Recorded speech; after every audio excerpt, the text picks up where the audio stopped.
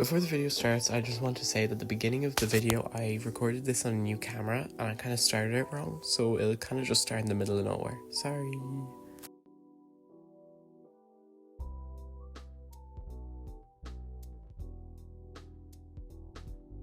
So before I continue, I just want to say what this actually is. It's a small tablet thing that I made. It has an Orange Pi 4 and 4 gigs of RAM, and I'll show you in the rest of the video. So here, when it powers on, the screen is actually inside of it, upside down, because the HDMI ports had to be mounted like that.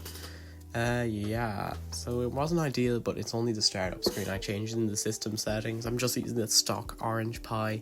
I think it's the Arch install, but it takes a little while. Oh, it's the Linux thing. So we might just get into it soon. Will we? Takes very long for some reason for this time. Oh, there's a cursor. Anything? Oh, we have the taskbar.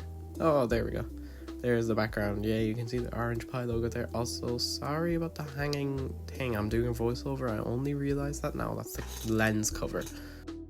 So now I'm going to try and plug this mouse in. I'll actually do it through a USB hub, but there's an issue that sometimes happens if I don't turn it on properly, where it just won't give out USB power. It shows it here now, and when this comes in, there should be an LED on the actual USB hub, but there's none.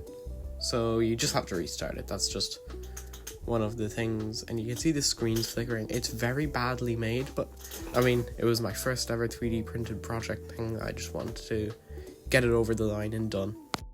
So you can see on the actual mouse, while it's plugged in, the lights aren't coming on it. There's like supposed to be blue lights through those kind of transparent bits of plastic.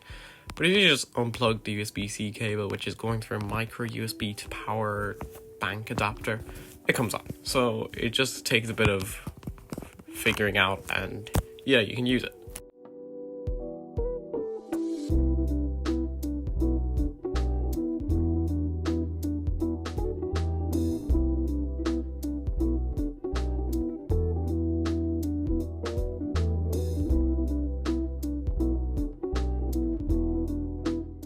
Alright, so now that it's finally on, you can see when I turn it around, I actually modeled it so there's a little cutout hole on the power bank that I got. There's like a little battery percentage. The camera is not focusing, oh my god. That, yeah, it tells you what's going in, what's going out. Oh, there. Okay, yeah, that should be on. So I am going to put this down now, and I'm going to dismantle it and show you what's on the inside. It's kind of just turning on, it does that. There's no on or off switch, it just lives. So I'm going to take it apart and show you what the insides of this look like. It looks awful, so just a warning.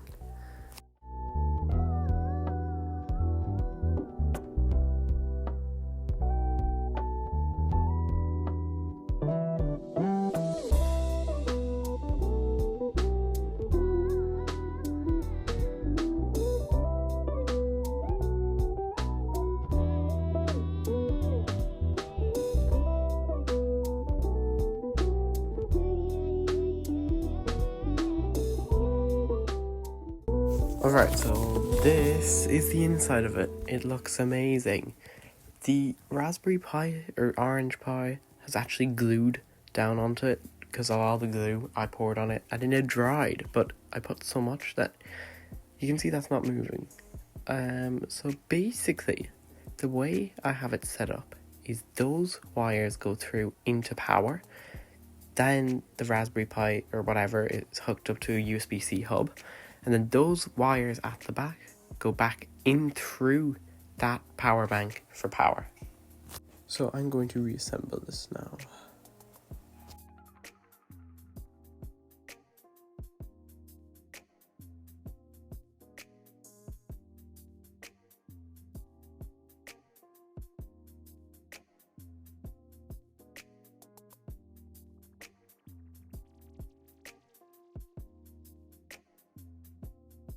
Alright, so now it is put back together, and as you can see, it is not falling apart. So that's my screwdriver. Just gonna put that back. So the way this had started was I just got the idea. Now, I don't have my old notebook, but this is some kind of concept arts I have of it.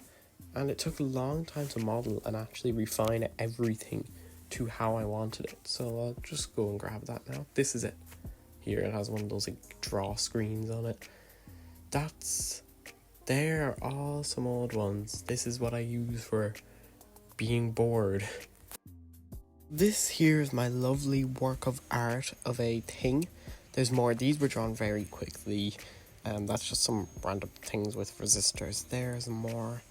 That's more. It's all really quickly done. I was supposed to actually have a mini disc, kind of custom mini disc that the screen would pop up like that with the servo motor, but the voltage just wasn't strong enough and all that.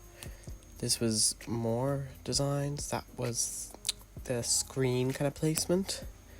This was a good design here. This was the actual full thing with mappings of all the electronics. It was supposed to be a little bit on the top that'd connect through USB, but I decided to get rid of it because it was getting too late to finish it.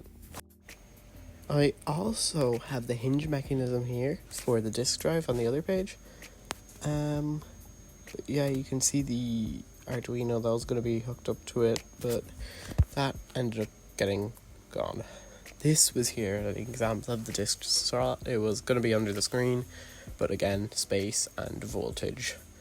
So yeah, that's this little project thing I made. It took around from like August to March. I finished it at the end of March. I said, alright, April 4th, which was coincidentally the release date of the Minecraft movie, was when I'd end up just scrapping it if I didn't have it finished. But I actually got it finished. So, oh, that's the lens cover thing.